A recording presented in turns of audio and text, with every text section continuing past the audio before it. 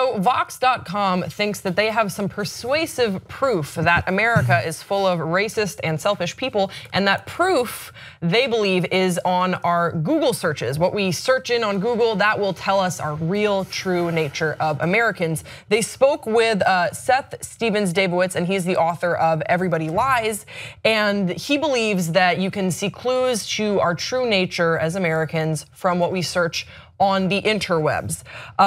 Stephens-Davidowitz saw clues in his Google research that suggested Trump was a far more serious candidate than many supposed. Searches containing racist epithets and jokes were spiking across the country during Trump's primary run, and not merely in the South, but in upstate New York, Western Pennsylvania, Eastern Ohio, rural Illinois, West Virginia, and industrial Michigan. So a big thing that they talk about in this article, which is an interview between Vox and this guy, well, I should say this PhD in economics at Harvard, so also a guy, but also a really well-educated guy.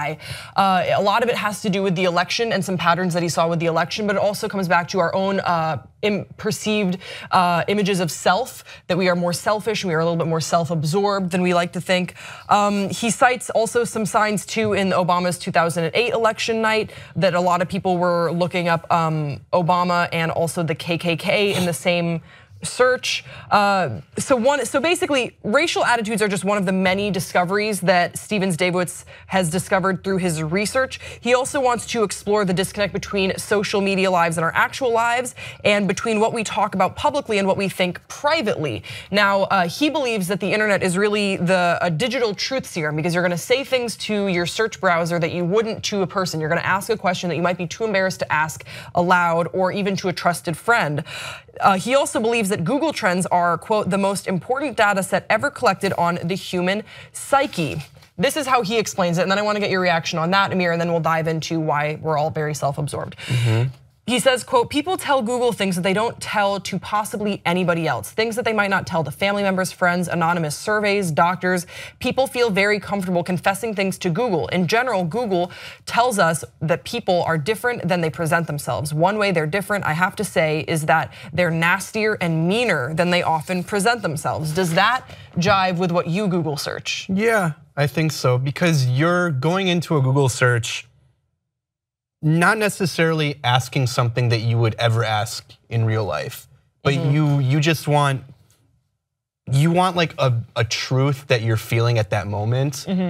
And what do you think about it? Well, I think it's interesting because they're using this with the framing of the most recent election and how searches changed, and also what searches indicated with regards to the most recent election. And what they sort of say is that a lot of people had these maybe latent concerns or these feelings, and then Donald Trump gave voice to that, and then they felt more free, I guess, to go to their Google and search for some of this stuff. Right, and because it is these types of conversations are circulating more in the media in general, you're gonna see more of these searches to begin with. Yeah, and if he's referencing certain news sites, and if he's referencing certain, I'm thinking of Pizzagate, that sort of thing. Yeah. If you dive down that rabbit hole of Pizzagate, you're gonna dive down into other rabbit holes as well. What I found really interesting was how he found that like after terrorist attacks, people would literally search "I hate Muslims" or "kill all Muslims."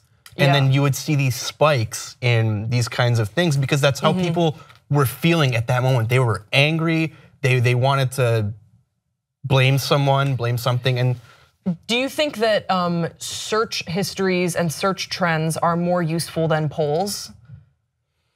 Than what we have traditional polling I don't methods? know, you gotta be really careful with searches, I think. Cause you never know if why people are searching what they're searching. Like someone could be searching "kill all black people, kill all Muslims" because they wanna see who is writing articles about those kinds of things. That's what I think this does. You know, it doesn't necessarily mean like, that's because it's kind of, I'm sure people do search for those things if they really feel that way, but at the same time, it's kind of a weird thing to search to begin with. Like, oh, I'm so angry at black people.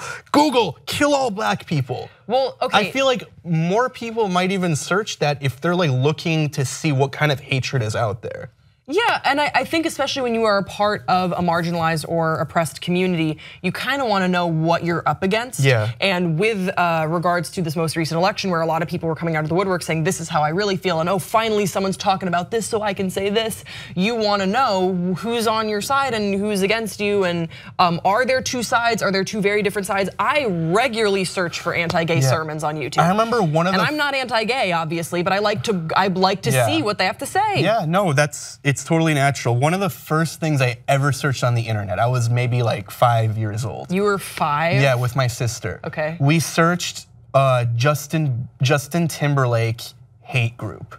Why? I don't know. He's a treasure. Like, we like logged into CompuServe, that's what we were using back then to like log in. We logged in.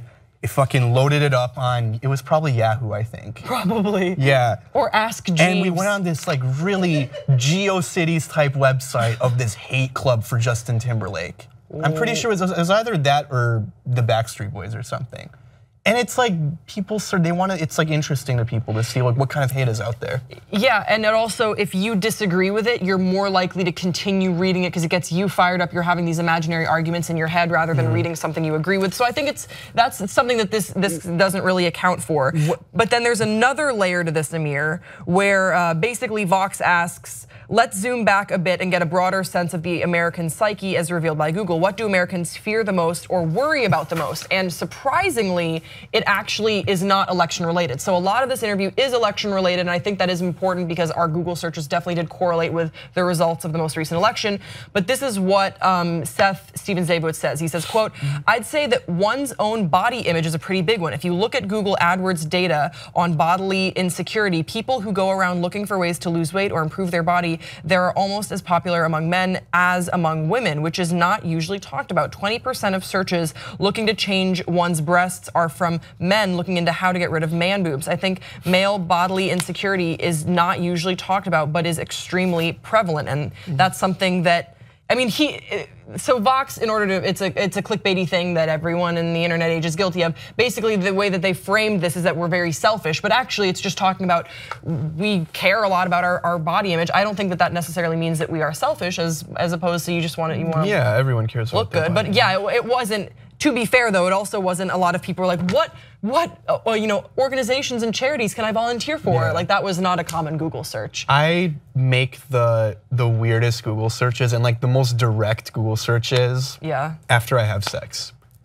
Why? Because you're like, can I die from this? Because like, I don't know, you have like that period after sex where you're just thinking very rationally about everything.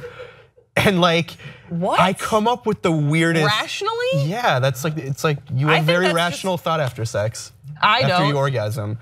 And I don't. In that period, like right after, like I think of these questions in my head. I'm like, oh my God, I need to Google this. Come on, give me a question. What's a question? Like, so initially, like it would be like, why does orgasm feel so good? Like I've searched this question like 100 times. Just because it's like, what is happening in my brain right now? It's like muscles and stuff, right? But why? Because it's crazy. Anyway. Man, you're ruining sex. Like who, or like I. Now I know I'm gonna think about that next time. Be like how does like indoor plumbing work? Or like what led to the development of like how we all have water? Just like so easily. That is what you think about post-coitus? Not just solely that, like there's a lot of things I think about, but like I need to find answers to these very basic questions that like we take for granted. That is no, you don't relate. No, not at all. Because you're so weird, Grace. This is what you're so I'm so weird. You're so weird.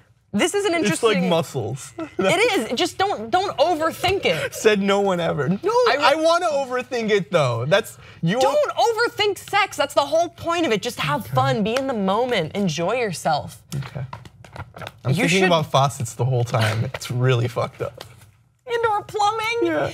Indoor plumbing? Yeah. Oh my gosh, I hope that a lot of you guys stayed until the end of this video because some people watch at the beginning and be like, oh, they're just talking about Google Trends and politics. Like, little did you know, we now know what Amir thinks about after sex. So with that said, I have a lot of questions for you guys. The comment section below, one is, what do you Google search? Here's another thing.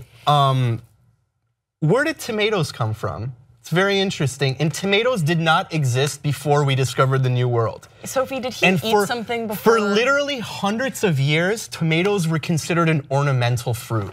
Like they didn't even eat it. Like in Italy, they would grow them. They would not even eat them. They would That's not true because they made pizzas. They thought that if you ate a tomato, it would like steal your soul. That's not true. They didn't make pizzas until like the late 1800s. I'm not kidding with you. Like this is. I thought you were gonna say until the late 80s. Pizza is new. They were an ornamental fruit. Okay, hey, you know what? They would just sit there. They wouldn't eat them. I love tomatoes. How do limes reproduce? They don't have seeds. All right, guys, we have so many questions for you guys to answer in the comment section below. What do you think about post-sex? Is it plumbing? Cool, whatever. Don't forget to subscribe to this channel for more very, very interesting videos. And we will see you next time on Pop Trigger.